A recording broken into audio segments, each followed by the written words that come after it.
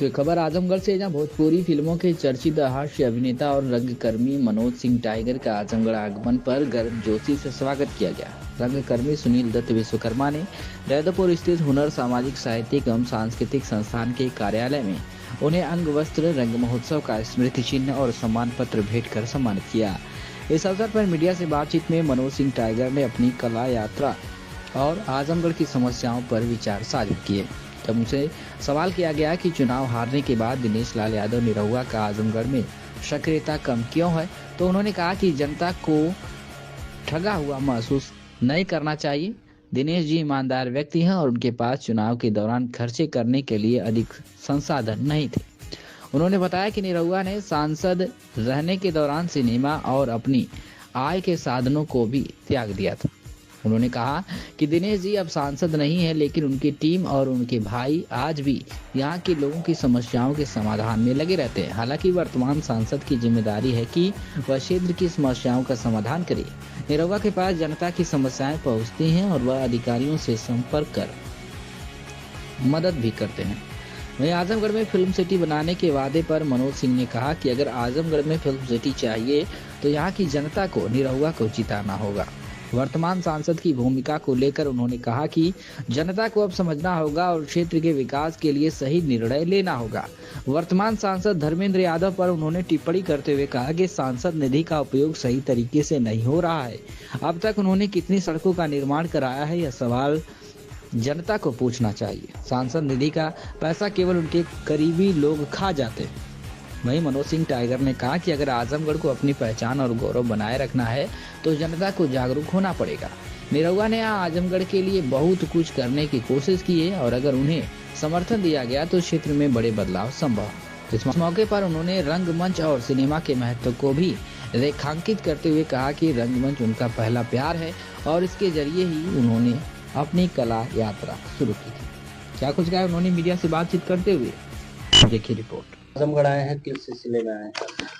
Sir, Azamgarh आने का उद्देश्य ये था कि यहाँ पर अभी आजमगढ़ महोत्सव कराया था सुनील जी ने, सुनील वर्मा, सुनील विश्वकर्मा जी।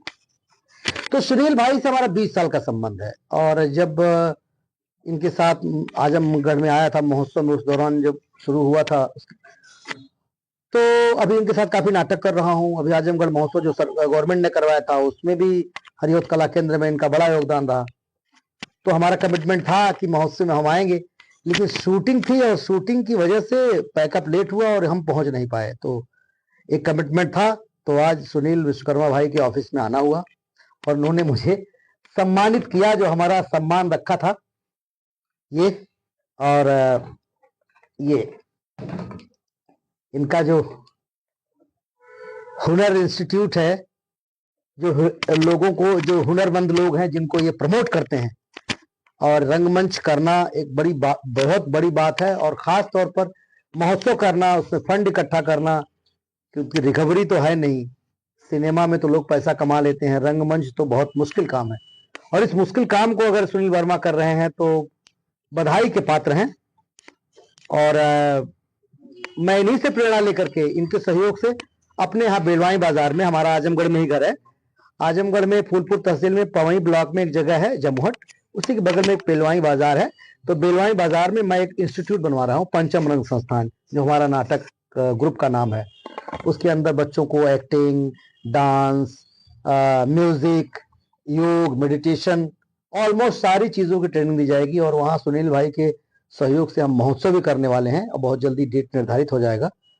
तो उसी सिलसिले में आज सब बातचीत करने के लिए हमने कहा मैं सुनील भाई से मिलूं। मुंबई से आया तो फिर सुनील भाई ने कहा कि आपका ये सम्मान बचा हुआ है, पहले सम्मान लीजिए। सारे बच्चे इकट्ठा हुए थे और आप नहीं आ पाए, तो ये सम्मान मिला और बड़ा अच्छा लगा। आपकी कौन कौन सी फिल्में आ रही हैं?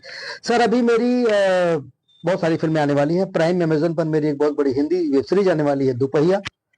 एक फिल्म अभी रिसेंटली हमारी रिलीज हुई है नेटफ्लिक्स पर हिंदी में, फिर आई हसीन दिलरुबा, जिसमें तापसी पन्नू, विक्रांत मैसी और तापसी पन्नू वगैरह भी हैं और आदित्य श्रीवास्तव हैं। इसके अलावा हिंदी में मेरी बहुत सारी फिल्में हैं। एक बिहारी सब पे भारी है, गुदगुदी है, और सास बहू की पाठशाला है, दुल्हन ही दहेज है, दिनेश जी के साथ है, 2 फिल्में पवन सिंह के साथ है मेरी film Singh is fire, Khesari के साथ है श्रीमान 420, लगभग 50 फिल्में आने वाली हैं मेरी। अच्छा, निरहुआ जब चुनाव लड़े थे तो आप भी उनके साथ थे। जीतने के बाद निरहुआ आजमगढ़ में तो दिखे, लेकिन चुनाव हारने के बाद आजमगढ़ में नहीं दिख रहे हैं, जिसने आप सब लोगों पे विश्वास करके वोट दिया, अब वो आप ठगा हुआ महसूस कर रहा है, तो इस पे आप क्या कहेंगे? देखिए, बिल्कुल ठगा हुआ महसूस नहीं करना चाहिए। दिनेश जी आते हैं और दिनेश जी के कार्यालय पर उनके भाई और उनकी टीम हमेशा रहती है। चूंकि उनके हाथ में सत्ता तो है नहीं, सरकार उनकी है, लेकिन वो तो यहाँ के सांसद है नहीं, तो अब जिम्मेदारी बनती है कि जो यहाँ के सांसद हैं उनसे भी कुछ काम करवाया जाए, लोगों को उनके पास भी जाना चाहिए। रही बात दिनेश जी की, तो दिनेश जी एक ऐसे व्यक्ति हैं कि इस बार चुनाव जब दोबारा थे तो उन्हें चुनाव में पैसा खर्च करने के लिए पैसा भी नहीं था उनके पास। ईमानदार आदमी है वो, जो यहाँ काम होता है, सड़क बनती, किसी में कमीशन नहीं लेते थे, तो उनके पास एक ही जरिया है सिनेमा का। तो 2 वक्त की रोटी के लिए, अपने परिवार को चलाने के लिए, स्टेटस मेंटेन के लिए उनको शूटिंग करना पड़ेगा। उस दौरान उन्होंने इतनी शूटिंग छोड़ी थी, इतनी फिल्में छोड़ी थी। एक स्टार आदमी, 50 लाख रुपया पाने वाला आदमी एक सिनेमा का, वो महीने में एक फिल्म में नहीं कर पाता था। तो दूसरी बात क्या है कि जब यहाँ के सिटिंग सांसद होते और यहाँ पर दर्शक जनता के बीच में नहीं रहते, तब बात समझ में आती है। लेकिन अब तो यहाँ के लोगों को, जो सांसद महोदय हैं, वो अगर नहीं कुछ सुनते हैं तो उनके लोग अगर इनके पास आते हैं तो वो खबर डेली की डेली उनके पास पहुंचती है।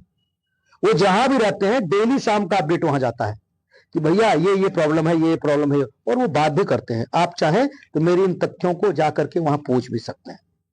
तो लोगों के संपर्क में है। और बीच बीच में जब कोई आयोजन होता है, जैसे अभी हमने आजमगढ़ महोत्सव में वो आए थे, हमारे नाटक वाटक को देखे, 1 दिन रुके भी, तो बीच बीच में आते हैं, ऐसी बात नहीं है। यहाँ के सांसद धर्मेंद्र यादव जी है, उन्होंने कहा था कि निरहुआ ने वादा किया था कि रेलवे लाइन बनेगी, गोरखपुर से जोड़ेगी, रिंग रोड बनेगा। ये सारे वादे झूठे तो बोलिए, हैं, विकास कार्य ठप पड़ा हुआ है। सांसद निरहुआ की सारी बातें झूठी है, तो बोलिए, सांसद आरोप नहीं तो बोलिए ना कि लोकसभा में आवाज उठाएं। आप सांसद है तो आप आवाज उठाइए। मोदी सरकार सबकी सुनता है, आपकी क्यों नहीं सुनेगा? आजमगढ़ को दूसरी निगाह से थोड़ी देखेंगे सरकार। आप वहां संसद में है तो आवाज उठाइए, करवाइए, अब आपकी जिम्मेदारी है। कौन कराएगा? आप कराइए उसको।